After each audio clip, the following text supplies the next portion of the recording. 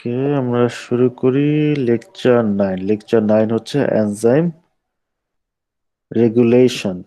ঘটনা হচ্ছে enzyme regulation মানে কি এবং এনজাইম রেগুলেশনের ইম্পর্টেন্সটা আসলে কি। আচ্ছা, আমাদের বডিতে কিন্তু অনেক এনজাইম কাজ করে, হ্যাঁ, লটস অফ এনজাইম। কারণ আমাদের যে টোটাল মেটাবলিজমে যত বায়োকেমিক্যাল রিয়াকশন ঘটতেছে, সব reaction, all those reactions they are catalysed by different enzymes. Okay, so different পারপোজের জন্য ডিফারেন্ট এনজাইম হচ্ছে সব রিয়াকশন গুলো করতেছে। এখন আমাদের বডিতে যখন হচ্ছে ধরো এই যে মেটাবলিক যে রিয়াকশন গুলো ঘটে, এগুলো কিন্তু ধরো পার্টিকুলার কোনো রিয়াকশন কন্টিনিউয়াসলি ঘটে না। ওকে, মানে এই যত রিয়াকশন আমাদের বডিতে ঘটে সব রিয়াকশন গুলোই হচ্ছে কন্ট্রোল হওয়াটা নেসেসারি, নাহলে তো ইনডিফিনিট টাইম পর্যন্ত রিয়াকশন হতেই থাকবে। ওকে, সব সিস্টেম ভেঙে পড়বে। সো আমাদের বডিতে যত মেটাবলিক রিয়াকশন ঘটে, সবগুলো মেটাবলিক রিয়াকশনই কিন্তু রেগুলেটেড হয়, কন্ট্রোল হয়। তো এখন রিয়াকশন কন্ট্রোল করতে গেলে কি করতে হবে, আমাদের আসলে এনজাইমটাকে কন্ট্রোল করতে হবে, যেই এনজাইমটা ওই রিয়াকশনটাকে ক্যাটালাইজ করে। সো আমাদের বডিতে এরকম এই এনজাইমের এই অনেকগুলো রেগুলেটরি মেকানিজম আছে। অনেকগুলো না, আজকে কয়েকটা, mainly there are 4 types of regulatory mechanism. যে আমাদের বডিতে যে এনজাইমগুলো কাজ করে তাদের যে রেগুলেশন হয়, এই রেগুলেশনের বেসিক্যালি 4টা মেকানিজম বা ওয়ে বলতে পারি, 4টা ডিফারেন্ট ওয়েজ আছে। ঠিক আছে, এই চ্যাপ্টারটা হচ্ছে ওইটার উপরে, যে কিভাবে এনজাইম গুলো রেগুলেট হয় আর কি। এনজাইম রেগুলেশন মানে কি, যে এনজাইমটা হচ্ছে এখন অ্যাক্টিভেট হবে না ডিঅ্যাক্টিভেটেড হবে। ওকে, রেগুলেশন মানে এইটা, যে okay now the enzyme will work or will not work. ঠিক আছে, সো এই 4টা মেকানিজম কি কি বা ways: allosteric regulation, regulation by isoenzymes, reversible covalent modification, proteolytic cleavage. হ্যাঁ, তো এর মধ্যে প্রথম যেটা অ্যালোস্টেরিক রেগুলেশন কি, এটা তোমরা অলরেডি জানো। ঠিক আছে, যেমন অ্যালোস্টেরিক রেগুলেশনের ক্ষেত্রে এই আগের যে চ্যাপ্টারটা, লেকচার 8, এই লেকচার 8 ছিল হিমোগ্লোবিন। হিমোগ্লোবিন একটা গুড এক্সাম্পল, যদিও হিমোগ্লোবিন একটা এনজাইম না, বাট ব্যাপারটা একই রকমই ঘটে। ঠিক আছে, হিমোগ্লোবিনের ক্ষেত্রে কি ছিল, যেমন হচ্ছে অক্সিজেন।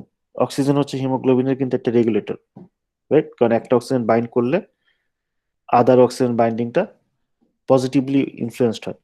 আবার কার্বন ডাইঅক্সাইড হিমোগ্লোবিনের একটা রেগুলেটর, কারণ কার্বন ডাইঅক্সাইড যদি হিমোগ্লোবিনের সাথে বাইন্ড করে তাহলে হিমোগ্লোবিন অক্সিজেনের সাথে বাইন্ড করতে পারতেছে না।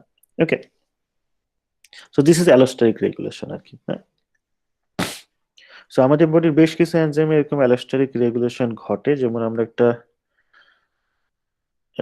এক্সাম্পল দেখি। উম, আচ্ছা, আমি সরাসরি এই ফিগারটাই চাই, তাহলে বুঝতে সুবিধা হবে। আচ্ছা, এই ফ্লো চার্টটা একটু দেখি। ফিডব্যাক ইনহিবিশন নাকি পরে বুঝবো, আমরা আগে একটু দেখি। এই এটিসিএইচ, এটা একটা এনজাইম। এটা এনজাইমের পুরোটার নাম হচ্ছে অ্যাসপার্টেট ট্রান্সকার্বাময়লেস। অ্যাসপার্টেট ট্রান্সকার্বাময়লেস, হ্যাঁ, এটাকে সংক্ষেপে এটিসিএইচ বলা হয় এই এনজাইমটা। এই এনজাইমটার কাজ কি? আচ্ছা, আমাদের বডিতে তোমার এই যে ধরো সিটিপি এটিপি এগুলো তো অনেক কিছু নেসেসারি, রাইট? কারণ এই সিটিপি এটিপি এগুলা কি, সিটিপি তো হচ্ছে সাইটিডিন ট্রাইফসফেট, এটিপি হচ্ছে অ্যাডিনোসিন ট্রাইফসফেট। এগুলা হচ্ছে আমাদের প্রিকারসর, এগুলা থেকে আলটিমেটলি আমাদের নিউক্লিওটাইড তৈরি হয় না? ম্যাক্রোমলিকিউলস গুলো।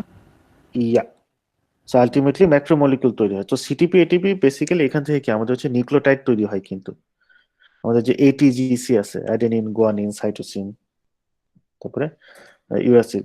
ঠিক আছে, এই সিটিপি এটিপি এগুলো হচ্ছে ওগুলার র মেটেরিয়াল। এগুলো থেকে আলটিমেটলি হচ্ছে আমাদের নিউক্লিওটাইড গুলো তৈরি হয়। ওকে, এখন এই সিটিপি তৈরি হওয়ার জন্য আমাদের বডিতে যে এটা হচ্ছে মেটাবলিক পাথওয়ে, যেখান থেকে সিটিপি তৈরি হয়। এখানে কিন্তু অনেকগুলো স্টেপ আছে। প্রথম স্টেপে হচ্ছে তোমার কার্বাময়েল ফসফেট আর অ্যাসপার্টেট, এই দুইটা রিয়াকশন করে তোমার এন কার্বাময়েল অ্যাসপার্টেট তৈরি হয় আর কি। হ্যাঁ, তারপরে এরপরে 6টা রিয়াকশন আছে, এনজাইমেটিক রিয়াকশন। 6টা রিয়াকশনের পরে আলটিমেটলি সিটিপি তৈরি হয়। তো এটিসিএস এই এনজাইমটার কাজ হচ্ছে, তাহলে আমরা বলতে পারি যে সিটিপি প্রোডাকশনের একটা স্টেপে সে ইনভলভ আর কি। ঠিক আছে, এখন এই এনজাইমটার আমাদের এখন ধরো এই এনজাইমটা এটিসিএস, এর কাজ ধরলাম আমরা যে সিটিপি তৈরি করা। ওকে, এখন এটিসিএস যদি কন্টিনিউয়াসলি অ্যাক্টিভ থাকে, সে তো কন্টিনিউয়াসলি সিটিপি তৈরি করতেই থাকবে, তাহলে তার হলো না, রাইট? আমাদের বডির একটা নির্দিষ্ট পরিমাণে সিটিপি দরকার হয়। তার মানে এই এনজাইমটার অ্যাক্টিভিটি রেগুলেট হয় আমাদের বডিতে। ঠিক আছে, যে যখন দরকার হয় তখন এই এনজাইমটা সিটিপি তৈরি করে, যখন দরকার হয় না তখন সে সিটিপি তৈরি করা বন্ধ করে দেয়। ওকে, এবং এই যে সে এটিসিএস হচ্ছে অ্যাক্টিভিটি শুরু করলো বা আবার বন্ধ হয়ে গেল, এই জিনিসটা regulate I mean this things is regulated, and this regulation occurred by allosteric mechanism. ঠিক আছে, তার মানে এটিসিএস এর অ্যালোস্টারিক রেগুলেটর আছে। তো এটিসিএস এর অ্যালোস্টারিক রেগুলেটর কি? বেসিক্যালি দুই ধরনের অ্যালোস্টারিক রেগুলেটর আছে। হ্যাঁ, একটা হচ্ছে এটিপি, একটা হচ্ছে সিটিপি। এটিপি হচ্ছে এর পজিটিভ রেগুলেটর, পজিটিভ রেগুলেটর বলা যেটা, ঠিক আছে। পজিটিভ রেগুলেটর না বলে আমরা এগুলোকে ইফেক্টর বলি আর কি। হ্যাঁ, এটিপি হচ্ছে এই এনজাইমটা পজিটিভ ইফেক্টর আর কি, পজিটিভ অ্যালোস্টারিক ইফেক্টর। কেন পজিটিভ বলতেছি? কারণ যদি এটিপি থাকে, এটিপি হচ্ছে একে অ্যাক্টিভেট করে।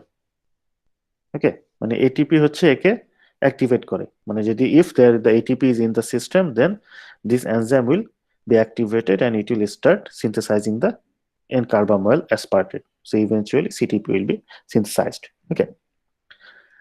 আর সিটিপি হচ্ছে এটা নেগেটিভ অ্যালোস্টারিক রেগুলেটর, মানে সিটিপি যদি থাকে, সিটিপি হচ্ছে একে ইনহিবিট করে। ঠিক আছে, সেই ক্ষেত্রে এই বোধ এটিপি এবং সিটিপি, কেন তাদেরকে আমরা অ্যালোস্টারিক ইনহিবিটর বলতেছি? কারণ এরা এনজাইমটার একটা জায়গায় বাইন্ড করে এনজাইমের অ্যাক্টিভ সাইটটাকে ইনফ্লুয়েন্স করে। আচ্ছা, একটু পরে এটাতে আসতেছে আর কি। হ্যাঁ, আচ্ছা, এখন তাহলে আমরা বুঝলাম এটা পজিটিভ আর নেগেটিভ রেগুলেটর কি।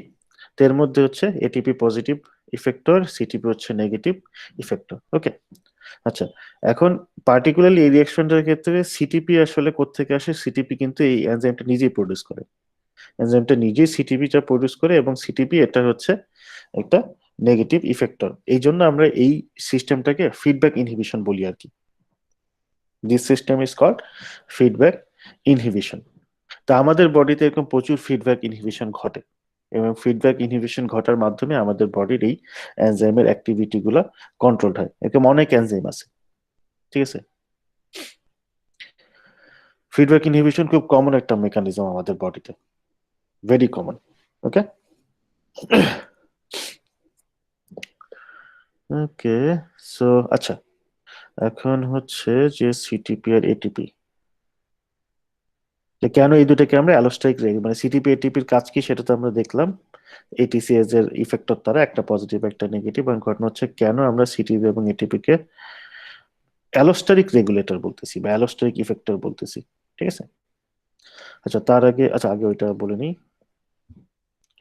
এইটা হচ্ছে এটিসিএস এনজাইমটার স্ট্রাকচার আর কি। হ্যাঁ, এর হচ্ছে বেসিক্যালি দুইটা পার্ট থাকে, এই এনজাইমটার দুইটা সাব ইউনিট থাকে। একটা সাব ইউনিটের নাম হচ্ছে না, সাব ইউনিট থাকে দুইটা। হ্যাঁ, একটা হচ্ছে এইটা সাব ইউনিট, একটা হচ্ছে এই সাব ইউনিটটা। আর এর মধ্যে টোটাল ডোমেইন থাকে তিনটা, মানে সাব ইউনিট দুইটা, এইটা আর এইটা। এর মধ্যে এই যে সাব ইউনিটটা, এই সাব ইউনিটটার মধ্যে হচ্ছে অ্যালোস্টারিক ডোমেইন থাকে, মানে এই সাব ইউনিটটার মধ্যেই হচ্ছে ওই এটিসি আর কি যে সরি এটিপি সিটিপি বাইন্ড করে আর কি। হ্যাঁ, আর এই সাব ইউনিটটা এর থাকে হচ্ছে অ্যাসপার্টেট ডোমেইন থাকে, আর কার্বামাইল ফসফেট ডোমেইন থাকে। মানে এই দুইটা কি, অ্যাসপার্টেট আর কার্বামাইল ফসফেট এর র ম্যাটেরিয়াল তো আর কি। ঠিক আছে, সো বেসিক্যালি যেটা হয়, যদি সিটিপি এখানে এসে বাইন্ড করে, তখন এই এই এরা অ্যাসপার্টেট আর কার্বামাইল ট্রান্সফসফেট এরা ঠিক মতো বাইন্ড করে, এরা এর সাথে বাইন্ড করতে পারে না আর কি। হ্যাঁ, সো যেহেতু বাইন্ড করতে পারে না, সো রিয়াকশন হয় না, কারণ এই দুটো তো র ম্যাটেরিয়াল বাইন্ড না করলে রিয়াকশন হবে কোথেকে? আবার যদি এটিপি বাইন্ড করে, সিটিপির বদলে এটিপি যদি এখানে বাইন্ড করে, তাহলে ইজিলি বাইন্ড করতে পারে আর কি। হ্যাঁ, র ম্যাটেরিয়াল গুলো ইজিলি এই সাব ইউনিটটাতে বাইন্ড করতে পারে, সো ক্যাটালাইসিস ঘটে। ঠিক আছে, আর এটা যেহেতু তার মানে কি এটা একটা অ্যালোস্টারিক প্রোটিন। ওকে, সো এই অ্যালোস্টারিক প্রোটিনের একটা কমন ব্যাপার আছে, এটা হিমোগ্লোবিনের চ্যাপ্টারে আমরা দেখছিলাম, যে অ্যালোস্টারিক প্রোটিন আইদার বেসিক্যালি আর স্টেটে থাকে নাহলে টি স্টেটে থাকে, এই দুইটা স্টেটেই ঘোরাঘুরি করতে থাকে আর কি। ঠিক আছে, এইটা হচ্ছে সেই টি স্টেট এটিসি এইজ এনজাইমের, আর এটা হচ্ছে আর স্টেট আর কি। Sir, Yep. স্যার তিনটা ডোমেনের কথা বলেছেন, যে জিঙ্ক ডোমেনটা কি ও ডোমেন আরো থাকে, সরি, তিনটা না, ডোমেন আরো থাকে আর কি। হ্যাঁ, আমি একটু ভুল বলছিলাম। বলো, এবার বলো। তাহলে স্যার জিঙ্ক ডোমেনটা কি রাইট সাইডেরটার নাকি লেফট সাইডেরটার? জিঙ্ক ডোমেন লেফট সাইডের থাকে এইখানে। আচ্ছা। বেসিক্যালি কি তোমার যে কোনো প্রোটিনে অনেকগুলো ডোমেন থাকতে পারে আর কি। হ্যাঁ, সো যেমন ধরো এইটার ক্ষেত্রে একটা ডোমেন আছে যেখানে অ্যাসপার্টেটটা বাইন্ড করতেছে, আর একটা ডোমেন হচ্ছে ডোমেনে কার্বামাইল ফসফেট বাইন্ড করতেছে, আর একটা ডোমেনে অ্যালোস্টারিক প্রোটিন মানে অ্যালোস্টারিক রেগুলেটরটা বাইন্ড করে, জিঙ্ক ডোমেন আছে যেখানে জিঙ্ক বাইন্ড করে। হ্যাঁ, এটা এনজাইমে অনেকগুলো ডোমেন থাকতে পারে আর কি। সো ডোমেন আর সাব ইউনিট এক জিনিস না, কমপ্লিটলি আলাদা জিনিস। ঠিক আছে, হুম। সাব ইউনিট কিন্তু এটা দুইটা, একটার এইটা। হিমোগ্লোবিনের 4টা সাব ইউনিট ছিল, কিন্তু এই ভদ্রলোকের এটিসিএস এর 2টা সাব ইউনিট, এটার এটা। আর যেটা বলতেছিলাম, যে কোনো মানে যত অ্যালোস্টারিক প্রোটিন আছে সবগুলোই 2টা স্টেটেই থাকে, আইদার টি স্টেট বা আর স্টেট। ঠিক আছে, তো এই এনজাইমটার ক্ষেত্রে টি স্টেটের সাথে প্রেফারেবলি বাইন্ড করে হচ্ছে সিটিপি। নেগেটিভ রেগুলেটর, তো নেগেটিভ রেগুলেটরের টি স্টেটকেই প্রেফার করে আর কি। আর এটিপি প্রেফারেবলি বাইন্ড করে আর স্টেটে আর কি। এটা কিন্তু আমরা হিমোগ্লোবিনের ক্ষেত্রেও দেখছি। Negative regulator oxygen, sorry, carbon dioxide, তারপর হচ্ছে 2,3-বিপিজি, তারা কিন্তু টি স্টেটে বাইন্ড করে হিমোগ্লোবিনের। আর পজিটিভ রেগুলেটর যে অক্সিজেন, সে বাইন্ড করে আর স্টেটে। তো এটার ক্ষেত্রে ওটা সত্য আর কি। নেগেটিভ রেগুলেটর সিটিপি সে বাইন্ড করে টি স্টেটে, প্রেফারেবলি বাইন্ড করে, আর এটিপি পজিটিভ রেগুলেটর সে প্রেফারেবলি বাইন্ড করে আর স্টেটে আর কি। হ্যাঁ, এই টি স্টেট আর আর স্টেটের এটা কি বলা যায়, এক্স রে ক্রিস্টালোগ্রাফি ফটো। ওকে, স্যার এটিসিএস এনজাইমের মেইন ফাংশনটা কি? এটিসিএস এনজাইমের মেইন ফাংশন হচ্ছে এটা। এই যে আমাদের বডিতে যে সিটিপি প্রডিউস হয় না, সিটিপি প্রডিউস হতে টোটাল হচ্ছে 6টা স্টেপ লাগে আর কি। আচ্ছা, স্টেপ আরো লাগে। হ্যাঁ, ওকে, আচ্ছা, ওকে, আমরা যে ইঞ্জিনিয়ার বলি, এটিসিএস এর কাজ হচ্ছে সে সিটিপি প্রোডাকশনের জন্য নেসেসারি একটা এনজাইম আর কি। হ্যাঁ, এই সিটিপি প্রোডাকশনের টোটাল 6, মানে সিটিপি প্রোডাকশনের র ম্যাটেরিয়াল হচ্ছে এন কার্বামাইল ফসফেট আর হচ্ছে অ্যাসপার্টেট। এই দুইটা র ম্যাটেরিয়াল থেকে টোটাল ছয়টা না, 6+1 7টা স্টেপ পরে সিটিপি তৈরি হয় আর কি। এর মধ্যে 1 নম্বর স্টেপটার এনজাইমটা হচ্ছে এটিসিএস। 1 নম্বর স্টেপটা ক্যাটালাইজ করতে এটিসিএস লাগে, বুঝছো? জি স্যার। ওকে, আচ্ছা, আমাদের বডিতে কার্বামাইল ফসফেট আর অ্যাসপার্টেট কোত্থেকে আসে দেখি। কার্বামাইল ফসফেট আর অ্যাসপার্টেট, দেখছো এই দুইটা তো আবার আসে, আরো কত কিছু আছে। আচ্ছা, এই দুইটা বেসিক্যালি আসে হচ্ছে প্রোটিন থেকে। প্রোটিন থেকে আসে নাকি? গ্লুটামাইন ও অ্যামাইনো অ্যাসিড থেকে আসে। হ্যাঁ, ওকে, অ্যামাইনো অ্যাসিড থেকে আসে। কার্বামাইল ফসফেটটা এটা আসে কোত্থেকে? এই যে কার্বামাইল ফসফেট, সে হচ্ছে অ্যামাইনো অ্যাসিড থাকে। এই যে সেই বিদঘুটে মেটাবলিক পাথওয়ে গুলো আর কি, এই শুরু হয়তো চেন আকারে স্যার চলতে গ্লুকোজ থাকে। থেকেও আসে অ্যাসপার্টেট। অ্যাসপার্টেট কোত্থেকে আসে? গ্লুকোজ থেকে? অ্যামাইনো অ্যাসিড থেকেও, গ্লুকোজ থেকেও। আচ্ছা, দুইটা থেকে আসে না? জি। ওকে, আর কার্বামাইল ফসফেট এ আসে কোত্থেকে? এই যে গ্লুটামাইন থেকে। ওকে, ঠিক আছে। এনিওয়ে, এটা হচ্ছে পার্ট, মেটাবলিক পার্টের পার্ট আর কি। আমাদের এটা ডেফিনেটলি মুখস্থ করার দরকার নেই, আমাদের ব্যাপারটা বুঝলেই হবে। ওকে, তো এটা গেল অ্যালোস্টারিক রেগুলেশন। আর এইটা কি, এই যে এই লেকচারে যেটা দেওয়া আছে, এই কি বলে, সরি, এই স্লাইডে এটা হচ্ছে জাস্ট হচ্ছে গ্রাফিক্যালি দেখাইছে আর কি, যে কিভাবে তোমার কনসেন্ট্রেশন চেঞ্জের সাথে তোমার হচ্ছে এই মানে রেগুলেশনটা কিভাবে চেঞ্জ হয় আর কি। ওকে,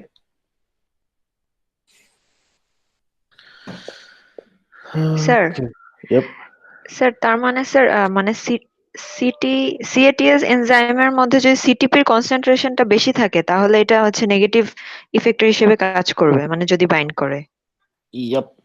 আচ্ছা, আর যদি হ্যাঁ, জি স্যার। বলো, বলো, বলো। আর এটিপি বাইন্ড করলে স্যার মানে এটা পজিটিভলি হ্যাঁ, মানে কাজ করবে। এক্স্যাক্টলি। অ্যাকচুয়ালি জি স্যার। আমাদের বডিতে কি ঘটতেছে এভাবে চিন্তা করো। আমাদের বডিতে তো মানে এই সিটিপি এটিপি এগুলা দিয়ে তো হচ্ছে যে ওই নিউক্লিওটাইড তৈরি হয়, রাইট?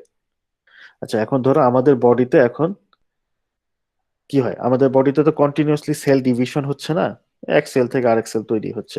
সো যখনই সেল ডিভিশন হচ্ছে ডেফিনেটলি তখনই তো নিউক্লিওটাইডের দরকার, কারণ প্রতিটা সেলে 1 কপি করে ডিএনএ তো দিতে হবে, পুরো জিনোমটা তো 1 কপি করে দিতে হবে। আচ্ছা, এটা তো জানো যে আমাদের প্রতিটা সেলে পুরো জিনোমটা থাকে। জি এই স্যার। জিনিসটা নিয়ে না আমি অনেকদিন খুবই ইন্টারেস্ট নিয়ে পড়ছি, আমি নিজে অনেকদিন পর্যন্ত কনফিউজ ছিলাম যখন স্টুডেন্ট ছিলাম, যে আমাদের কি, যে আমরা যে জিনোম বলি, যে কোথাও জানি কয় জোড়া, 22 জোড়া না 44টা, এই যে আমাদের পুরো জিনোম কি প্রতিটা সেলে থাকে? আমাদের পুরো জিনোমই হচ্ছে প্রতিটা সেলে কিন্তু থাকে। খালি যেই সেলের, এটা খুব ইন্টারেস্টিং, কিন্তু আমাদের জিনোমের সাইজ যথেষ্ট বড় এবং আমাদের প্রতিটা সেলে একটা কমপ্লিট জিনোম থাকে আর কি। তো যেই সেলে যে জিনগুলো দরকার সেই সেলে খালি সেই জিনগুলো এক্সপ্রেস হয়। ভেরি ইন্টারেস্টিং ব্যাপার স্যাপার। এগুলো তো জানো, তোমরা জানো না? জি স্যার। ওকে, না জানলেও ক্ষতি নেই, সবকিছু জানতে হবে এমন কোনো কথা নেই। আচ্ছা, যাই হোক, যেটা হচ্ছে আমাদের বডিতে কিন্তু কন্টিনিউয়াসলি কি এরকম সেল ডিভিশনটা ঘটতেছে, নতুন নতুন সেল তৈরি হচ্ছে। তো নতুন সেল যখন কন্টিনিউয়াসলি তৈরি হচ্ছে, তখন হচ্ছে কন্টিনিউয়াসলি আমাদের বডিতে কিন্তু তৈরি করা লাগতেছি আর কি, এই যে সিটিপি এটিপি। ওকে, তো এখন ধরো আমাদের বডিতে এরকম সিটিপি এটিপি আছে, ইউজ হচ্ছে। এই কই গেল, কে আসতে চাইলো, এসে আবার কই গেল, 1 মিনিট। আচ্ছা, এখন হচ্ছে ধরো আমাদের বডিতে এখন সিটিপি কমে গেল আর কি। এখন সিটিপি কমে যাওয়া মানে কি, এটিপি বেড়ে গেছে। সিটিপি কমে গেছে মানে এটিপি এখন যায়, ধরো 100টা সিটিপি আর 100টা এটিপি আছে, সিটিপি কমে 100টা 50টা খরচ হয়ে গেছে, এটিপি তো বেশি হবেই।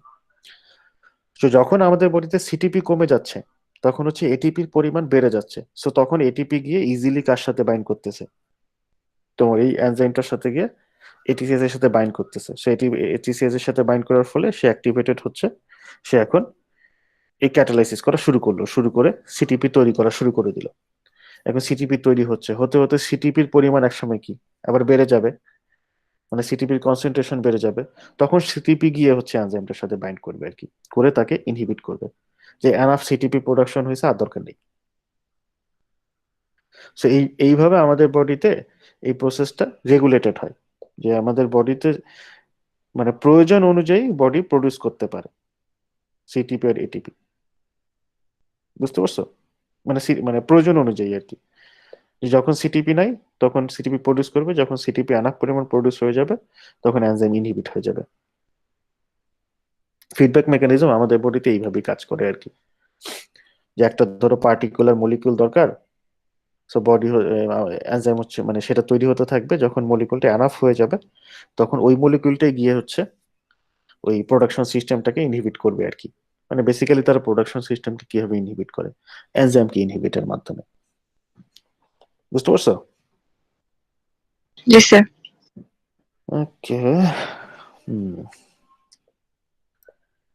আচ্ছা, অ্যালোস্টারিক রেগুলেশন হচ্ছে শেষ। আচ্ছা, যে খুচরা দুইটা ইনফরমেশন দিই, এই দুইটা এই ফটোগুলো তো তোমরা জানো, হ্যাঁ, এগুলো পরীক্ষায় আসবে না, জাস্ট জেনে রাখার জন্য। বেসিক্যালি এই স্ট্রাকচার গুলো আমরা কিভাবে পাই, কারো মনে আছে এই স্ট্রাকচার গুলো জানি কিভাবে বানানো হয়? Sir X-ray crystallography. Yeah, exactly, X-ray crystallography দিয়ে এগুলো বানানো হয়। এখন একটা নতুন মেথড আসছে recently, within last few month, আরো ভালো। হ্যাঁ, it's better than X-ray crystallography. মানে এখনো ওই মেথডটা ওইভাবে আহ কি বলা যায়, ওয়াইড স্প্রেড হয় নাই আর কি। হ্যাঁ, মানে সম্ভবত রিসেন্টলি সাকসেসফুলি কোন প্রোটিনটার জন্য স্ট্রাকচার বের করতে পারছে, ভেরি ইফিশিয়েন্ট স্ট্রাকচার আর কি, এটা মাইক্রোস্কোপিক মেথড দিয়ে। যাক, এটা খুচরো ইনফরমেশন জাস্ট জানা রাখলাম। আহ, আচ্ছা, এরপর হচ্ছে কি আমরা তো, ওকে, আমরা এই যে অ্যাসপার্টেট ওইটাই তো এটিসিএস আর কি। হ্যাঁ, আচ্ছা, জাস্ট হচ্ছে আর দুই এই এনজাইমটার ব্যাপারে আর দুইটা ইনফরমেশন দিই, এটা হচ্ছে রিসার্চ রিলেটেড। আচ্ছা, এই যে এই এনজাইমটার এই স্ট্রাকচারটা থেকে আমরা দেখলাম যে এটা হচ্ছে দুইটা সাব ইউনিট। হ্যাঁ, একটা হচ্ছে এইটা, একটা হচ্ছে এইটা। এই এনজাইমটার কিন্তু অ্যালোস্টারিক সাব ইউনিট আর ক্যাটালিটিক সাব ইউনিট কিন্তু আলাদা,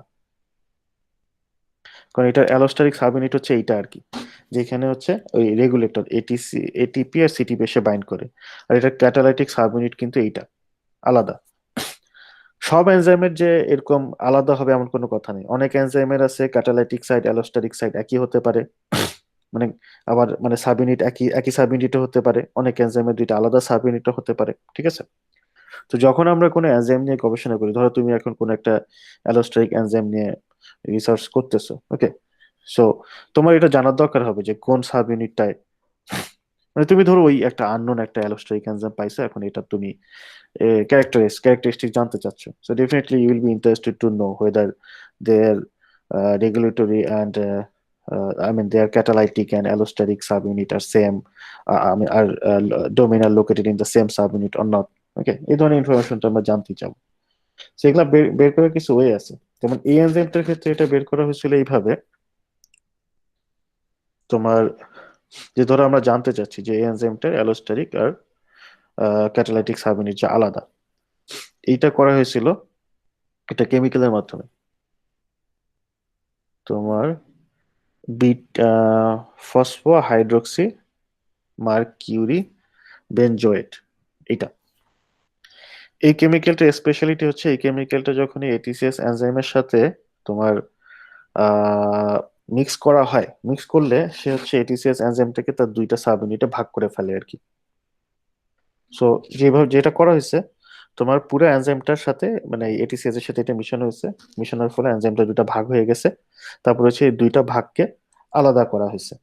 তো এই দুইটা ভাগকে আলাদা করা অ্যাকচুয়ালি ইজি। ধরো প্রোটিন, আমরা প্রোটিন সেপারেশনের যে ওয়ে আছে সেই সেই ওয়েতে আমরা ইজিলি তাদেরকে সেপারেট করতে পারি। তো প্রোটিন সেপারেট করার খুব ভালো একটা ওয়ে হচ্ছে আয়ন এক্সচেঞ্জ ক্রোমাটোগ্রাফি। ওকে, সো আমরা আয়ন এক্সচেঞ্জ ক্রোমাটোগ্রাফি দিয়ে আলাদা করতে পারি, অথবা আরেকটা মেথড আছে, সেটা হচ্ছে তোমার সেন্ট্রিফিউগেশনের মাধ্যমে, গ্রেডিয়েন্ট সেন্ট্রিফিউগেশন মেথডের মাধ্যমে করা হয় আর কি। So gradient centrifugation, ion exchange chromatography, এই জিনিসগুলো হয়তো বা এখন তোমরা যারা নতুন মানে কি বলে নতুন মানে তারা হচ্ছে এগুলা হয়তো বা বুঝবা না এখন এই মুহূর্তে, বাট এগুলা তোমাদের আছে পরবর্তী বিভিন্ন কোর্সে আর কি। হ্যাঁ, বোথ মাইক্রোবায়োলজি এবং বায়োটেকে এই জিনিসগুলো পরে আসে, সো তখন সেখানে বুঝে বুঝে নিও যে মেথড গুলো দিয়ে কেমনে আলাদা করে, প্রত্যেকে একটু মনে রাখো যে মেথড গুলো দিয়ে আমরা সেপারেট করতে পারি কম্পাউন্ড আর কি। হ্যাঁ, আয়ন এক্সচেঞ্জ ক্রোমাটোগ্রাফি, তারপরে ডেনসিটি গ্রেডিয়েন্ট সেন্ট্রিফিউগেশন।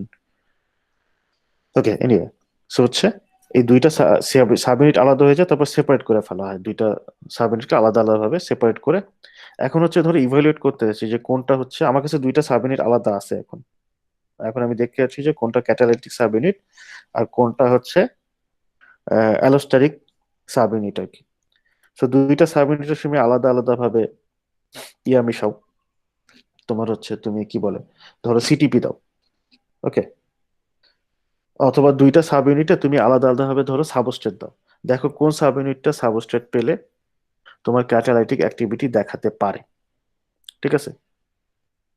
এবং দুইটাতে তুমি আলাদা আলাদা ভাবে সিটিপি দাও আর কি। এই কাজটা অ্যাকচুয়ালি করা হয়েছে, দুইটা সাব ইউনিট যখন আলাদা ভাগ করে নেওয়া হয়েছে, সেপারেট করার পরে দুইটা সাব ইউনিটের সাথে আলাদা আলাদা ভাবে সাবস্ট্রেট গুলো মিশানো হয়েছে, সাবস্ট্রেট মিশানোর পর দেখা গেছে যে বড় সাব ইউনিট যেটা, এই সাব ইউনিটটাই ক্যাটালাইসিস হয়, এই সাব ইউনিটটা কোনো ক্যাটালাইটিক অ্যাক্টিভিটি দেখাতে পারেনি। ওকে, এইগুলো একটা এক্সপেরিমেন্ট। আরেকটা এক্সপেরিমেন্ট করা হয়েছে, এই দুইটা সাব ইউনিটের সাথে আলাদাভাবে সিটিপি মেশানো হয়েছে, সিটিপি অ্যাড করা হয়েছে, সিটিপি অ্যাড করে দেখা গেছে সিটিপি হচ্ছে বাইন্ড করে এটার সাথে, এটার সাথে বাইন্ড করে না। সো এই দুই ইনফরমেশন থেকে ফাইনালি ইনফর্ম মানে সিদ্ধান্ত নেওয়া হয়েছে, মানে from this experiment we can easily say that সিটি this part is the allosteric regulatory part. Okay, এটা জাস্ট এমনি এটা বলতে পারো তুমি extra information or research related information. Okay, আচ্ছা, এরপর একটা মেকানিজম তো গেল অ্যালোস্টারিক রেগুলেশন, বাকি তিনটা ওয়ে এনজাইম রেগুলেশনের, রেগুলেশন বাই আইসো এনজাইম। আচ্ছা, আইসো এনজাইম কি জিনিস? These are, I mean, this enzyme, okay. So these enzymes have differences in amino acid sequence but catalyze the same reaction. মানে আইসো এনজাইমস, যারা আইসো এনজাইমস তাদের অ্যামাইনো অ্যাসিড সিকোয়েন্স ডিফারেন্ট হয়, বাট তারা একই ক্যাটালাইসিসটা করে। সে ফর এক্সাম্পল ল্যাকটেট ডিহাইড্রোজিনেস, এই এনজাইমটা, হ্যাঁ, এই এনজাইমটা টোটাল 1 2 3 4 5 5টা ডিফারেন্ট ফর্ম আছে, ঠিক আছে? তোমার 1 2 3 4 5, হ্যাঁ, 5টা ডিফারেন্ট ফর্ম আছে। ফর্ম মানে কি, এই 5টা ডিফারেন্ট ফর্মের অ্যামাইনো অ্যাসিড সিকোয়েন্স আলাদা, কিন্তু এই ল্যাকটেট ডিহাইড্রোজিনেস একটাই কাজ করে, সে ল্যাকটেটকে ডিহাইড্রোজিনেস করে। ঠিক আছে, সো এইটাকে বলা হয় আইসো এনজাইম। যে এই এনজাইমটার কাজ হচ্ছে মানে 6টা ডিফারেন্ট, সরি 1 2 3 4 5, 5টা ডিফারেন্ট ফর্ম আছে, হ্যাঁ, বাট সবগুলো ফর্মের কাজ কিন্তু সেম, ল্যাকটেট ডিহাইড্রোজিনেস। তো 5টা ডিফারেন্ট ফর্ম কেন নেসেসারি এটা আমরা একটু পরে আসতেছি। তো এই 5টা ডিফারেন্ট ফর্ম হচ্ছে বেসিক্যালি পুরো এই ল্যাকটেট ডিহাইড্রোজিনেস এনজাইম তৈরি হয় হচ্ছে 2 ধরনের অ্যামাইনো অ্যাসিড চেইন দিয়ে, এম আর এইচ। এর মধ্যে যে 5টা ডিফারেন্ট ফর্ম আছে এগুলোর কম্পোজিশন আলাদা, যেমন একটা আছে শুধু H4, একটা আছে H3M, মানে 3টা H চেইন, একটা M চেইন, একটা আছে M4, 4টাই M চেইন আর কি। ওকে, বাট 5টা ফর্মের কিন্তু একটা সিমিলারিটি আছে, সবগুলো ফর্মের টোটাল চেইনের সঙ্গে কিন্তু 4টা, এটা তো 4টা, এটা তো H3M, 3+1 4, H2M2 2+2 4। ওকে, আচ্ছা, আর এই সবগুলো ফর্মের Km আর Vmax ভ্যালু আলাদা। আচ্ছা, ওকে, এখন মোস্ট ইম্পর্টেন্ট কথা, যে এই ডিফারেন্ট ফর্ম থাকার দরকারটা কি, সিগনিফিকেন্সটা কি? সিগনিফিকেন্স হচ্ছে আমাদের বডির যে বিভিন্ন ধরনের ডিফারেন্ট সেল আছে, টিস্যু আছে, say heart, kidney, red blood cell, brain, leucocyte, muscle, liver, আমাদের বডিতে বিভিন্ন ধরনের টিস্যু আছে, এবং এই বিভিন্ন ধরনের টিস্যুর ফিজিওলজিক্যাল এনভায়রনমেন্ট কিন্তু আলাদা, রাইট? যেমন হচ্ছে সে ফর এক্সাম্পল কি বলা যায়, তোমার হার্টের মাসেল কিন্তু কি অ্যানারোবিক, রাইট? তারপর হচ্ছে লিভার, লিভার কিন্তু কি, লিভারে কিন্তু অ্যারোবিক কন্ডিশন বেশি থাকে। ঠিক আছে, হার্টে হচ্ছে অ্যানারোবিক বেশি থাকে, লিভারে হচ্ছে অ্যারোবিক কন্ডিশন বেশি থাকে আর কি। ঠিক আছে, তারপর যেমন ধরো ব্রেইনে আবার অনেকটা মাঝামাঝি টাইপের আর কি। ঠিক আছে, এটাতে হচ্ছে ওই অ্যারোবিক অ্যানারোবিক 2 টাইপের কন্ডিশন থাকে। মানে সোজা কথা, আমাদের বডির ডিফারেন্ট টিস্যুর কিন্তু এই কন্ডিশন হচ্ছে ইনভায়রনমেন্টাল কন্ডিশন ডিফারেন্ট। ঠিক আছে, সো এই আইসোএনজাইম গুলোর ডিফারেন্ট ফর্ম থাকার সুবিধা হচ্ছে এটার এক একটা ফর্ম এক এক ইনভায়রনমেন্টে বেটার কাজ করে। মানে হচ্ছে এখন যদিও আমাদের বডির ডিফারেন্ট টিস্যুর ফিজিওলজিক্যাল কন্ডিশন ডিফারেন্ট, বাট সব টিস্যুরই কিন্তু, ধরো ল্যাকটেট ডিহাইড্রোজিনেসটা সব টিস্যুরই করার লাগে আর কি, কারণ এটা একটা এনার্জি জেনারেটিং পাথওয়ে আর কি। ওকে, সেই কাজটা সবারই করার লাগে।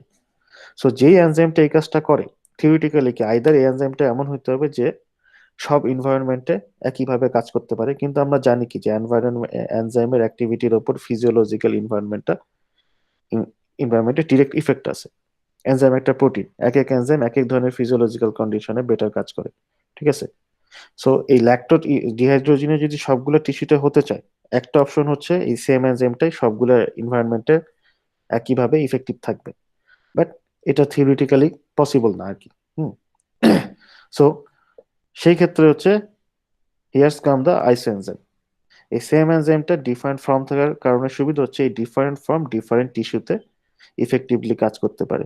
সো ডিফারেন্ট টিস্যুতে একই ল্যাকটোজ ডিহাইড্রোজিনেশন রিয়াকশনটা হতে পারে। ওকে, সো এইটাই হচ্ছে আইসো এনজাইমের সিগনিফিকেন্স। এই ল্যাকটোজ ডিহাইড্রোজিনেজের ক্ষেত্রে এম ফোর সে বেস্ট কাজ করে হচ্ছে অ্যানারোবিক এনভায়রনমেন্টে, আর H4 হচ্ছে সে কাজ করে অ্যারোবিক এনভায়রনমেন্টে। আর এই টেবিলটা হচ্ছে দেখাচ্ছে যে কোন টিস্যুতে কোন ফর্মটা প্রমিনেন্ট। যেমন হার্টে হচ্ছে M4 সবচেয়ে বেশি থাকে, এটা তার চেয়ে কম থাকে, H4 সবচেয়ে কম থাকে। আর লিভারে হচ্ছে H4 সবচেয়ে বেশি থাকে, বাকিগুলো কম থাকে। ব্রেইনে মোটামুটি এই পর্যন্ত। ওকে, এনিওয়ে, এটা গেল isoenzyme. Another mechanism, covalent modification. এটা এনজাইম রেগুলেশনের আরেকটা মেকানিজম আর কি। কোভ্যালেন্ট মডিফিকেশন কি? ওকে, সো অনেক এনজাইম আছে যারা হচ্ছে 2টা ফর্মে থাকে, অ্যাক্টিভ, ইনঅ্যাক্টিভ। মানে এনজাইম গুলো হচ্ছে এরকম, এটা হচ্ছে সুইচের মতন, এটা টার্ন অন হয়, টার্ন অফ হয়। ঠিক আছে, এবং এই টার্ন অন এবং টার্ন অফ হয় হচ্ছে কিছু চেঞ্জের মাধ্যমে, যে চেঞ্জ গুলো হয় কোভ্যালেন্ট চেঞ্জ আর কি।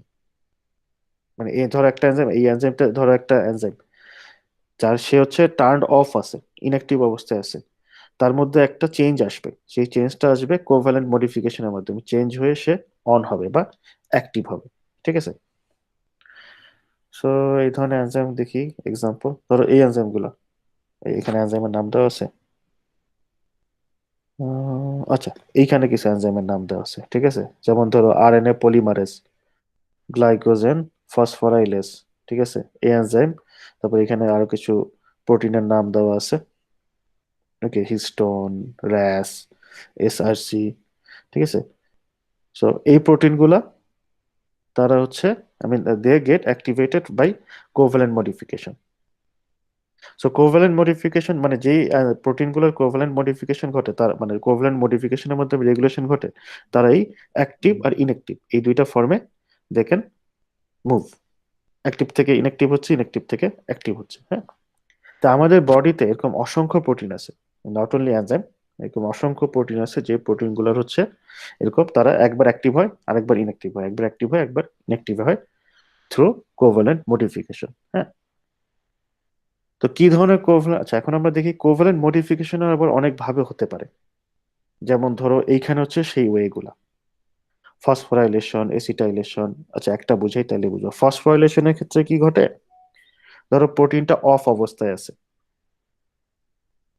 তার ফসফোরাইলেশন ঘটে, মানে ওই প্রোটিনটার সাথে গিয়ে একটা ফসফরাস যুক্ত হয়, ফসফরাস যুক্ত হওয়ার পরে প্রোটিনটা হচ্ছে টার্ন অন, মানে অ্যাক্টিভ হয়ে যায়। এটাই তো ফসফোরাইলেশন। ফসফোরাইলেশন মানে অ্যাডিশন অফ এ ফসফরাস, ঠিক আছে? সো ইনঅ্যাক্টিভ প্রোটিনটার সাথে ফসফরাস অ্যাড হয়, ও অ্যাড হয়ে সে হচ্ছে টার্ন অন হয়ে যায়, তারপরে সে তার ফাংশনটা করে, ফাংশন করার পরে তার আবার ডিফসফোরাইলেশন ঘটে, মানে ফসফরাসটা বের হয়ে যায় প্রোটিন থেকে, তারপর সে ইনঅ্যাক্টিভ হয়ে যায় আর কি। ওকে, অ্যাক্টিভ ইনঅ্যাক্টিভ।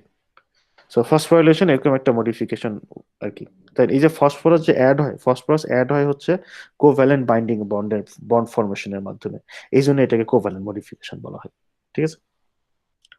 যেগুলো হচ্ছে এরকম আরো বেশ কয়েকটা কোভ্যালেন্ট মডিফিকেশন, অ্যাসিটাইলেশন, তারপর হচ্ছে ADP ribosylation, ubiquitination. Okay, so these are some modification method. Okay, sir এই যে ফসফেটটা যে বের হয়ে যায় স্যার, এটা এখানে কি কোনো স্যার ফোর্স কাজ করে নাকি ওরা এমনি ফসফেটটা রিলিজ করে দেয়? না, ফোর্স কাজ করে। আচ্ছা। আচ্ছা, এই যে ফসফোরাইলেশন ঘটতেছে না, ফসফরাস অ্যাড হচ্ছে, তারপরে ফসফরাস বের হয়ে যাচ্ছে, এই কাজটাও করে আরেকটা এনজাইম। মানে ধরো এই যে গ্লাইকোজেন ফসফোরাইলেজ, এই এনজাইমটা ফসফোরাইলেশনের মাধ্যমে যে অ্যাক্টিভেট হয়, এই কাজটা আরেকটা এনজাইম করে। বুঝতে পারছো? সো কোভ্যালেন্ট মডিফিকেশনের মাধ্যমে যে এনজাইমের অ্যাক্টিভেশন আর ইনঅ্যাক্টিভেশন ঘটতেছে, সেই অ্যাক্টিভেশন ইনঅ্যাক্টিভেশন কাজটাও, I mean this reactions are also catalyzed by other enzymes. ঠিক আছে? সো যেমন ফসফোরাইলেশনের ক্ষেত্রে, kinase maybe. Yes, protein kinase. হ্যাঁ, ফসফোরাইলেস করে হচ্ছে প্রোটিন কাইনেজ, আর ডিফসফোরাইলেশন করে হচ্ছে প্রোটিন ফসফেটেজ। তা আমাদের বডিতে সবগুলো কোভ্যালেন্ট মডিফিকেশনই হয় আর কি। হ্যাঁ, অ্যাক্টিভ ইনঅ্যাক্টিভের জন্য এর মধ্যে ফসফোরাইলেশনটা হচ্ছে মোস্ট প্রমিনেন্ট। ফিউচারে দেখবা যখন তোমরা একটু বেসিক রিসার্চ করবে, তখনই দেখবা যে প্রচুর ফসফোরাইলেশন ঘটে আর কি। হ্যাঁ, অনেক অসংখ্য প্রোটিন আছে যেগুলো অ্যাক্টিভ ইনঅ্যাক্টিভ হয় হচ্ছে ফসফোরাইলেশনের মাধ্যমে। কিছু আবার উল্টাও আছে, কিছু প্রোটিন আছে এগুলো একটু রেয়ার, যেগুলো হচ্ছে ফসফোরাইলেশন হলে ইনঅ্যাক্টিভ হয়, ডিফসফোরাইলেশন হলে অ্যাক্টিভ হয়। এই ধরনের প্রোটিন একটু রেয়ার, খুব কম আর কি। ইউজুয়ালি ফসফোরাইলেশন হলে অ্যাক্টিভেট হয় আর কি। ওকে, তো এই জন্য না ইনভিভো সিস্টেমে অনেক সময় ধরো তুমি যখন ফিউচারে গবেষণা করবা, তোমরা এরকম অনেক সময় হয়তো বা কোনো একটা প্রোটিনের ফাংশন নিয়ে গবেষণা করবো আর কি। মানে ধরো সরো ওই প্রোটিনের তুমি অ্যাক্টিভিটি দেখতে চাচ্ছ সেলের মধ্যে বা টিস্যুতে। তা আমরা শুধুমাত্র প্রোটিন ডিটেক্ট করলেই হয় না, আমাদের যে অনেক সময় যেটা করতে হয়, ফসফোরাইলেটেড প্রোটিনটা ডিটেক্ট করতে হয়। ধরো একটা টিস্যুতে একটা প্রোটিন আছে, থাকা মানেই যে কাজ করতেছে তার কিন্তু কোনো গ্যারান্টি নেই। স্পেশালি রেগুলেটরি প্রোটিনের ক্ষেত্রে। প্রোটিন কিন্তু কয়েক টাইপের হয়, যে আমরা তো পড়ছিলাম না ফার্স্ট চ্যাপ্টারে, ওই যে তোমার রেগুলেটরি প্রোটিন, স্ট্রাকচারাল প্রোটিন কিছু ছিল আর কি, হ্যাঁ, ওই যে গ্লোবুলার প্রোটিন, স্ট্রাকচারাল প্রোটিন, হ্যাঁ। সো স্পেশালি রেগুলেটরি প্রোটিনের যখন ফাংশন দেখি আমরা সেলুলার লেভেলে, শুধুমাত্র প্রোটিনটা দেখলে আমাদের হয় না। তো আমাদের মেথড আছে প্রোটিন ডিটেকশন করার আর কি, আমরা অ্যান্টিবডি ইউজ করে প্রোটিন ডিটেকশন করতে পারি। তো নর্মাল প্রোটিন ডিটেকশন করে লাভ হয় না, কারণ ধরো তুমি একটা বললা যে ঠিক আছে এই প্রোটিনটা এই সেলে আছে, গ্যারান্টি কি যে এই প্রোটিনটা ফাংশন করতেছে? কারণ হয়তো বা তার ফাংশন করতে গেলে তার অ্যাক্টিভ হওয়া নেসেসারি। তো আমাদের তখন হচ্ছে অ্যাক্টিভেটেড প্রোটিনটা ডিটেক্ট করতে হয়। যদি সেই প্রোটিনটা ফসফোরিলেশনের মাধ্যমে অ্যাক্টিভেট হয়, তাহলে আমাদের হচ্ছে ফসফোপ্রোটিন, আমরা ইন জেনারেল বলি আর কি, ফসফোরাইলেটেড প্রোটিনকে ফসফোপ্রোটিন বলি আমরা, ডিটেক্ট করতে হয় আর কি। ওকে, খুচরা ইনফরমেশন ছিল, খুচরা ইনফরমেশন শেষ। আচ্ছা, এখন যেটা হচ্ছে এই যে যেটা বললাম যে এই যে ফসফোরাইলেশনটা করে, সেও করে আরেকটা তোমার প্রোটিন এনজাইম আর কি, সেই এনজাইমটার নাম হচ্ছে প্রোটিন কাইনেজ এনজাইম। হ্যাঁ, আর ডিস ডিফসফোরাইলেশন করে প্রোটিন ফসফেটেজ। ওকে। আচ্ছা, এখন ইন্টারেস্টিং ব্যাপার হচ্ছে এই যে প্রোটিন কাইনেজ না, এ নিজেও কিন্তু অ্যাক্টিভ অবস্থায় থাকে না আমাদের বডিতে। সে হচ্ছে অ্যাক্টিভেটেড হয়, সে ইনঅ্যাক্টিভ অবস্থায় থাকে। ফার্স্ট সে অ্যাক্টিভেটেড হয়, তারপর সে হচ্ছে ওই প্রোটিনটাকে, মানে আরেকটা প্রোটিনকে গিয়ে ফসফোরিলেশনের মাধ্যমে অ্যাক্টিভেট করতে পারে। ঠিক আছে। তো এখন হচ্ছে এই প্রোটিন কাইনেজ নিজে কিভাবে আসলে অ্যাক্টিভেট হয়? সে অ্যাক্টিভেট হয় হচ্ছে এই সাইক্লিক এএমপির মাধ্যমে। তোমার এই ধরো, এটা একটা কার্টুন ফিগার, প্রোটিন কাইনেজ এনজাইমটা সে হচ্ছে এরকম আর কি। ঠিক আছে, কাইন্ড অফ তার এরকম এরকম সাব ইউনিট থাকে। ঠিক আছে, এই অবস্থায় যখন থাকে তখন সে ইনঅ্যাক্টিভ। মানে এই দুইটা এই দুইটা অংশ হচ্ছে প্রোটিন কাইনেজ এনজাইমটার ক্যাটালাইটিক সাইড আর কি। মানে সে যে ফসফোরিলেশন করে অন্য একটা প্রোটিনের, তার হচ্ছে এই দুইটা সাইডটা লাগে। তো ইনঅ্যাক্টিভ অবস্থায় এই দুইটা সাইড এরকম ব্লক হয়ে থাকে আর কি। এটা হচ্ছে তার ইনঅ্যাক্টিভ ফর্ম। এই সাইক্লিক এএমপি যখন এইখানে গিয়ে বাইন্ড করার সাথে পর কিন্তু তখন এই দুইটা হচ্ছে এখান থেকে বের হয়ে যায়, সে হচ্ছে অ্যাক্টিভ হয়ে যায়। সে যখন অ্যাক্টিভ হয়ে যায় তখন হচ্ছে সে গিয়ে আরেকটা প্রোটিনকে ফসফোরিলেশন করে। তো এই ইনফরমেশন থেকে কিন্তু আমরা একটা কথা বলতে পারি যে amount of cyclic AMP is very important in our body. আমাদের বডির অসংখ্য ফাংশন কন্ট্রোল হয় সাইক্লিক এএমপি দিয়ে। অসংখ্য, কেমন কেন সেটা কিন্তু এখন আমরা বুঝতে পারতেছি, রাইট? যে কেন সাইক্লিক এএমপি দিয়ে আমাদের বডির অসংখ্য ফাংশন কন্ট্রোল হয়।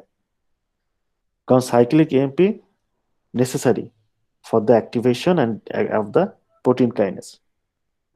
ঠিক আছে। সো সাইক্লিক এএমপি বেশি হলেও সমস্যা, কম হলেও সমস্যা। আচ্ছা, সাইক্লিক এএমপি বেশি হলে কি সমস্যা? স্যার ওই যে গ্লুকোজের কনসেন্ট্রেশনটা কমে যায়। ওকে, একটা, এটা হচ্ছে একটা consequence. Yeah, you are actually right, যেটা হচ্ছে সাইক্লিক এমপি কিন্তু শুধু গ্লুকোজ না, এই ভদ্রলোক অসংখ্য মেকানিজমের সাথে ইনভলভ। যেমন এই যে আমাদের ভিব্রিও কলেরার ফলে কলেরা হয় না, এটা তো আমরা সবাই জানি, জানি না? ভিব্রিও জি কলেরি, স্যার। ভিব্রিও কলেরির ফলে যে আমাদের কলেরা হয়। ভিব্রিও কলেরির ফলে কলেরা কেমনে হয়? কারণ ভিব্রিও কলেরি হচ্ছে একটা টক্সিন তৈরি করে, সিটিএক্স টক্সিন। মনে আছে নাকি তোমাদের? আচ্ছা, ওকে, ঠিক আছে, মনে আছে কয়েকজনের, যাদের মনে নেই অসুবিধা নেই, শোনো। ভিব্রিও কলেরি ব্যাকটেরিয়াটা তো কলেরা করে, ভিব্রিও কলেরি করে কি, সে হচ্ছে আমাদের বডিতে গিয়ে সিটিএক্স টক্সিন তৈরি করে, কলেরা টক্সিন বলি। এই টক্সিনটা হচ্ছে ডায়রিয়াটা করে। অ্যাকচুয়ালি টক্সিনটা কি করে আমাদের বডিতে, করে মনে আছে? স্যার অ্যাকচুয়ালি বাইন্ড করে আমাদের ইয়েটা ওপেন করে দেয়, যার ফলে সব আয়ন গুলা, মানে যে আয়ন গুলা পানি ইয়ে থাকে থাকে সেগুলো পানির সাথে বের হয়ে যায়, সেলস এটা মেইন। এক্স্যাক্টলি, তার আগে কি সেলস করে? ইয়া, ফোর্স করে দেয়। কি করে দেয়? সেলগুলো হচ্ছে কি স্যার পোর্স করে দেয়, আচ্ছা, ফুটো করে তারা দেয়। তারা অ্যাকচুয়ালি সেলের মধ্যে পোর তৈরি করে না, মানে সেলকে ফুটা করে দেয় না অ্যাকচুয়ালি।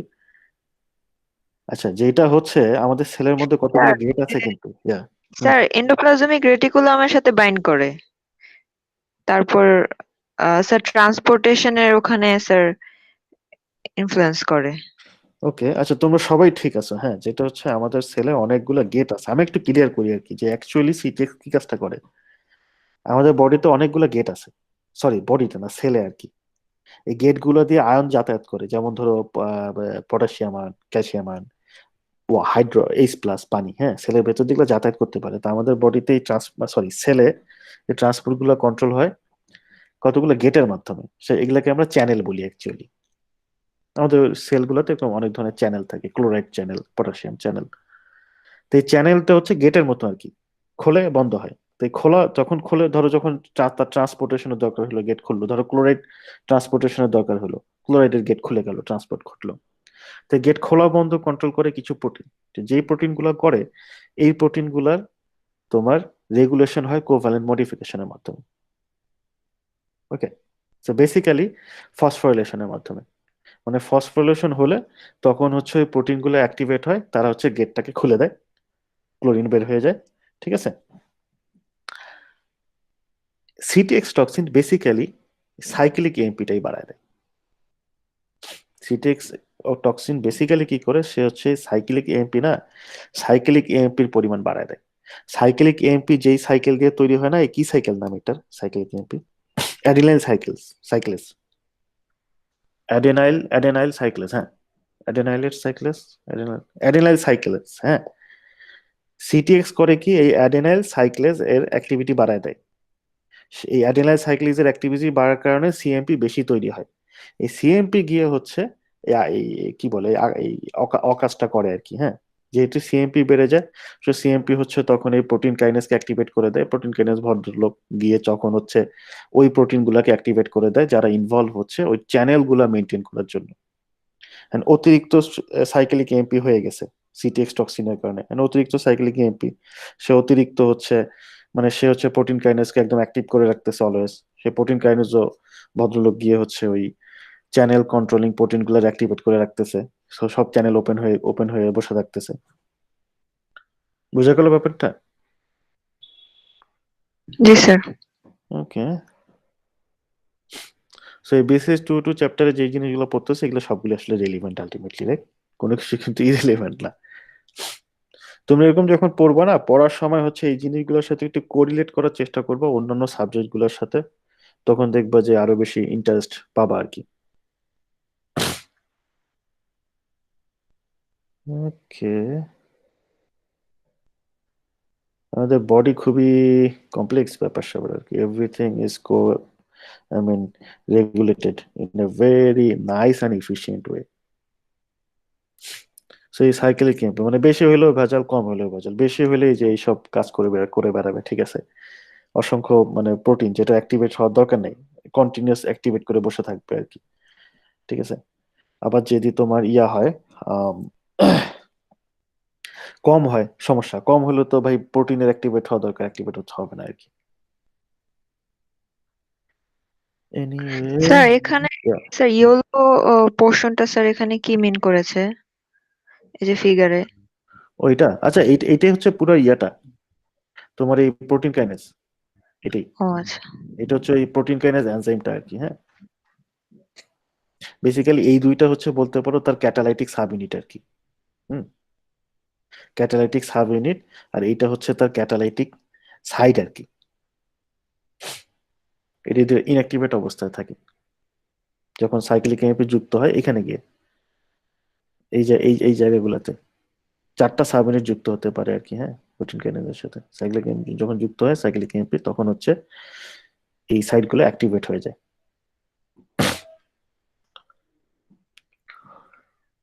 ওকে, গেল। আচ্ছা, এই স্লাইডে ওই ফসফোরিলেশন কেন খুব একটা ইফেক্টিভ ওয়ে রেগুলেশনের জন্য, এটার কারণগুলো লেখা আছে।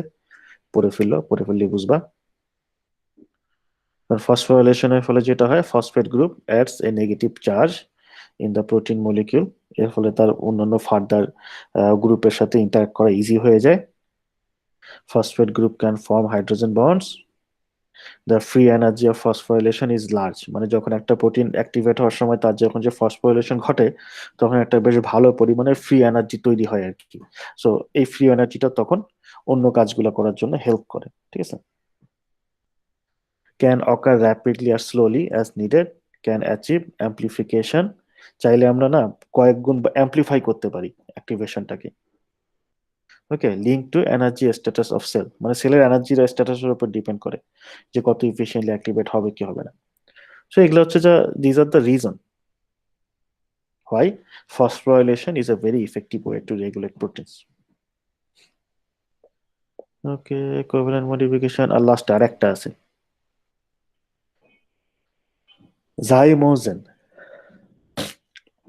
আচ্ছা, জাইমোজেন কি? এরকম আমাদের মানে এরকম বেশ কিছু এনজাইম আছে যারা হচ্ছে ইনঅ্যাক্টিভ অবস্থায় থাকে এবং পরবর্তীতে তারা অ্যাক্টিভেট হয় থ্রু প্রোটিওলাইটিক ক্লিভেজ।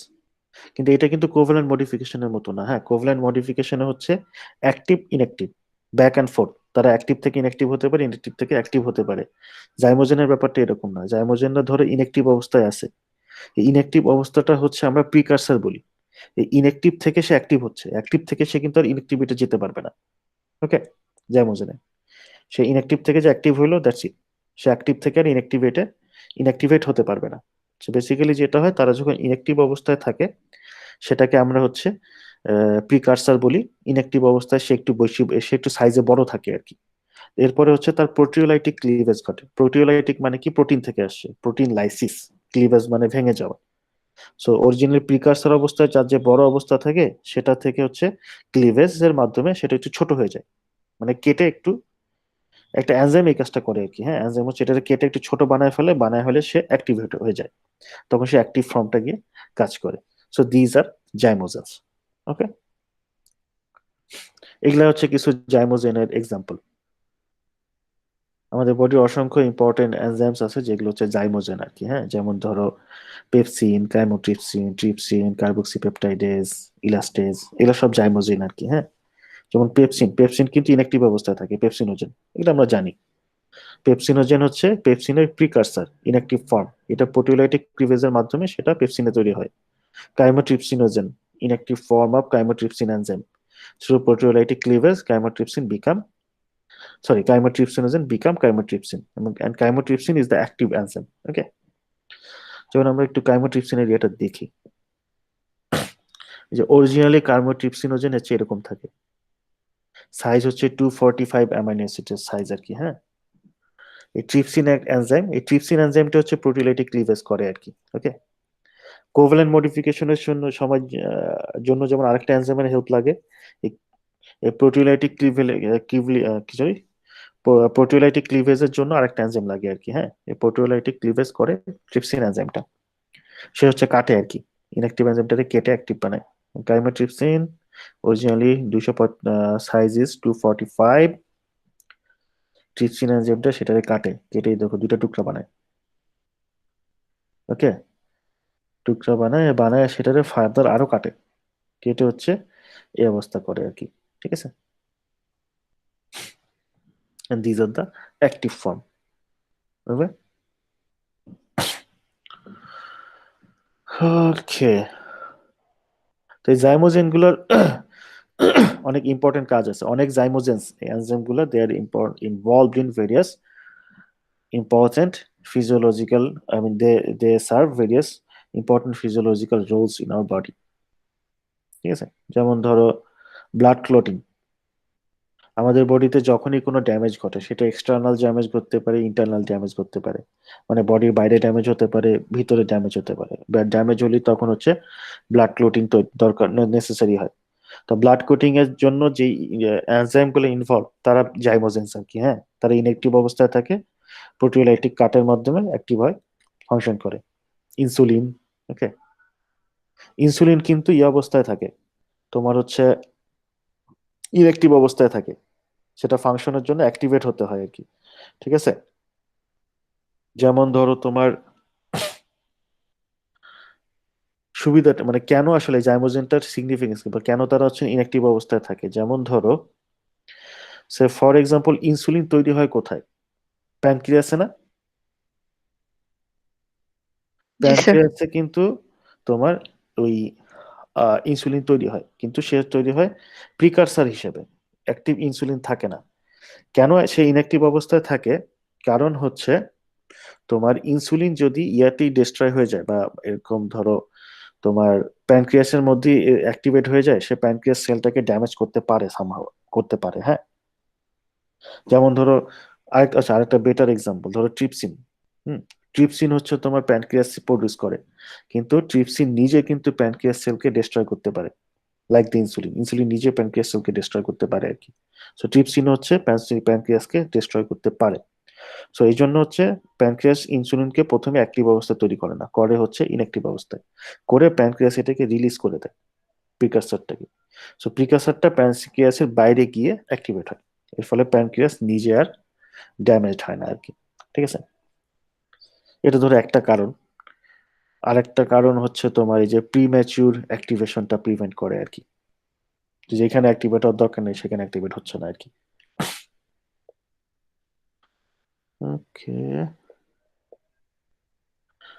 আচ্ছা।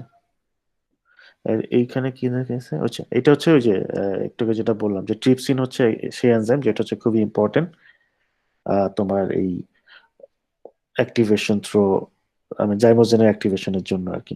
ঠিক আছে, এবং ট্রিপসিন নিজেও কিন্তু ইনঅ্যাক্টিভ অবস্থায় থাকে। ট্রিপসিন নিজে থাকে হচ্ছে তোমার ট্রিপসিনোজেন এই ইনঅ্যাক্টিভ অবস্থায়, তার অ্যাক্টিভেশনের জন্য তোমার এই এন্টারোপেপটাইডেস দরকার। হ্যাঁ, এই এনজাইমটা হচ্ছে তাকে অ্যাক্টিভেট করে ট্রিপসিন করে, তারপর ট্রিপসিন গিয়ে যে ফার্দার বিভিন্ন এনজাইমকে অ্যাক্টিভেট করতে পারে। ওকে, ট্রিপসিন বিভিন্ন এনজাইমকে অ্যাক্টিভেট করতে পারে। এই ইন্টারেস্টিং ব্যাপার হচ্ছে ট্রিপসিন কিন্তু নিজেই নিজের একটা ফিডব্যাক ইনহিবিটর আর কি, হ্যাঁ। যখন ট্রিপসিনোজেন থেকে যখন ট্রিপসিন তৈরি হতে থাকে, অনেক যখন ট্রিপসিন তৈরি হয়ে যায়, সে নিজেই হচ্ছে এই এনজাইমটাকে গিয়ে ইনহিবিট করে, করে নিজের প্রোডাকশন বন্ধ করে দেয় আর কি। Everything is regulated in our body. আচ্ছা, ওকে, ফাইনালি এইটা হচ্ছে ওই যে আমরা একটু আগে যে বললাম না ব্লাড ক্লটিং, এই ব্লাড ক্লটিং এর স্টেপ গুলো এখানে দেখানো হয়েছে আর কি। অসংখ্য, I mean lots of different enzymes are involved in blood clotting. So শুরুটা একটু ডিফারেন্ট, মানে ধরো যদি আমাদের তোমার ড্যামেজ যদি বাইরে হয় সারফেসে, আর যদি ভিতরে হয়, দুই ক্ষেত্রেই মানে ড্যামেজ হলেই সেখানে ব্লাড ক্লটিং চলিয়ে হবেই। সো ড্যামেজ বাইরে হলে একভাবে শুরু হয় ক্লটিং ক্যাসকেডটা, ভিতরে হলে আরেকভাবে শুরু হয়। ওকে, সো বাইরের স্টেপ হচ্ছে এই কয়টা, ঠিক আছে, আর ভিতরের স্টেপ হচ্ছে এইটা, এই কয়টা। এই স্টেপে আসার পর rest of the steps are same. ঠিক আছে, rest of the steps are same. But এই পর্যন্ত আসার এই পর্যন্ত আসার স্টেপ হচ্ছে ধরো ইন্টারনাল ড্যামেজ হলো, মানে এক্সট্রিনজিক পাথওয়ে, এটাকে এক্সট্রিনজিক পাথওয়ে বলে, but it's called internal damage আর কি। হ্যাঁ, যেমন ট্রমার কারণে যদি কোনো ড্যামেজ হয় ভেতরে, তখন ক্যাসকেড হয় এভাবে। আর যদি কোনো বাইরে ধরো সারফেসে ড্যামেজ হলো, তখন ক্যাসকেডটা হচ্ছে এটা, মানে শুরু হয় এভাবে। স্যার এই পাথওয়ে গুলো কি মেমোরাইজ করতে হবে?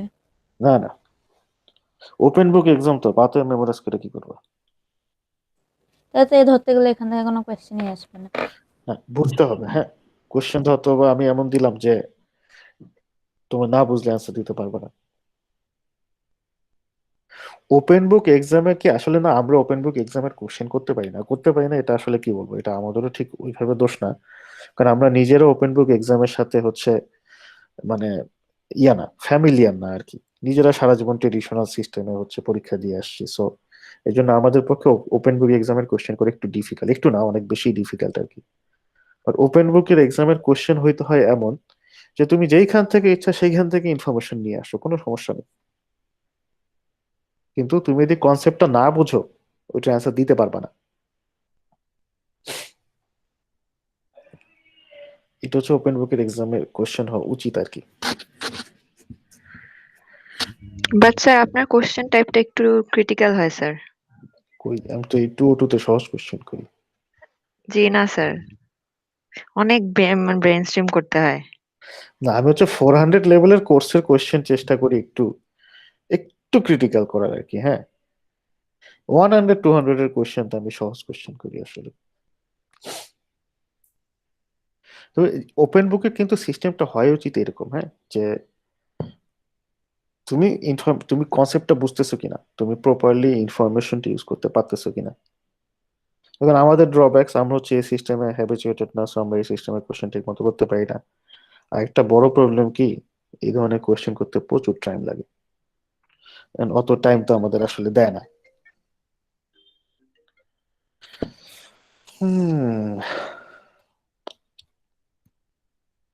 তো যাই হোক, কারো কোনো কোশ্চেন আছে নাকি? জি স্যার, একটুখানি যদি বলতেন কি টাইপ, মানে কোন জায়গা থেকে কি টাইপের একটুখানি কোয়েশ্চেন আসতে পারে বা হিন্ট দিয়ে দিলে স্যার ভালো ওই যে হয়। মিডের মতন কোশ্চেন আসবে, কোন জায়গা থেকে আসবে এটা কেমনে করি ওপেন বুক এক্সামে? হ্যাঁ, স্যার এটা যদি একটুখানি কিছু হিন্ট দেন। না ও এই যে চ্যাপ্টারই মাত্র চারটা, ঠিক আছে, চারটা চ্যাপ্টারের বাইরে থেকে কোনো কোশ্চেন আসবে না। মানে আচ্ছা এই ঠিক আছে স্যার। এই 100 এবং 200 লেভেলের কোর্সে আমি বাইরে থেকে কোনো কোশ্চেন দিই না, অ্যাকচুয়ালি কোনো কোর্সেই দিই না। হ্যাঁ, তো কোশ্চেন এইখান থেকেই থাকবে, ওই দিন এই চারটা চ্যাপ্টারের মধ্যে থেকেই থাকবে। আর আচ্ছা স্যার, একটা জিনিস জিজ্ঞেস করার ছিল। লাস্ট হুম। পেজে যে কোয়েশ্চেন গুলো ছিল ওখানে, আচ্ছা স্লাইডস থেকেও অনেক ইনফরমেশন ছিল, আই মিন হ্যাঁ মানে হ্যাঁ স্লাইডস এর ইনফরমেশন যতটুকু ছিল হুম, ওইটুকুন যদি লিখে দেওয়া হয় তাহলে কি ওইটার অ্যান্সারটা হবে? হওয়ার উচিত, হওয়ার কথা। কোশ্চেন আমার মনে নেই, তবে হবে। হ্যাঁ, শোনো, যেটা হচ্ছে যে কোয়েশ্চেনে তুমি ইনফরমেশন মানে স্লাইড থেকে দাও না, নেট থেকে দাও না, বই থেকে দাও, I don't mind at all. Information ঠিক হলেই তুমি নাম্বার পাবা। হুম, তোমার অ্যান্সার এই যে যদি স্যার ঠিক এই হয় জায়গায় তো তাহলেই নাম্বার গ্যাপ। পাবে। কি গ্যাপ? কেন গ্যাপ? ওই যে স্যার নেট থেকেও ঘাটাঘাটি করে অনেক কিছু করতে হবে। আমি তো ভাবছি আচ্ছা স্লাইডস আছে, স্লাইডসে তো হ্যাঁ, পড়ছি, এটা অ্যান্সার স্লাইডে দেই। যদি থাকে এবং স্লাইডেরটা যদি তোমার কোয়েশ্চেনের অ্যান্সারের জন্য হয়, হ্যাঁ না, বেসিক্যালি ওকে, তোমার যতগুলা কোয়েশ্চেন ছিল না এই সবগুলার ইনফরমেশন স্লাইডেই ছিল। হ্যাঁ, স্লাইডে এনাফ এটাই ইনফরমেশন দেওয়া ছিল বলতেছি। কুইজে। সো চিন্তা করার কোনো কারণ নেই। আর আমি হচ্ছে ওই যে 3 তারিখের মধ্যে সবগুলো কুইজ আর হচ্ছে ইয়ার ইনক্লুডিং মিডের ইয়ে দিয়ে দিব, শেয়ার করে দিব। সো তোমরা বুঝে ফেলবা যে কি অবস্থা। ও বাই দা ওয়ে, যে আগেও বলছি আবার রিপিট করতেছি, 3 তারিখের মধ্যে আমি সবগুলো দিয়ে দিব আর কি। হ্যাঁ, খাতা টাতা এভরিথিং। তো তাহলে সেই ক্ষেত্রে হচ্ছে, যেহেতু আমাদের পরীক্ষা 7 তারিখে, সো 7 তারিখের আগে তোমরা চাইলে আমি একটা ডিসকাশনের মানে we can have a discussion session,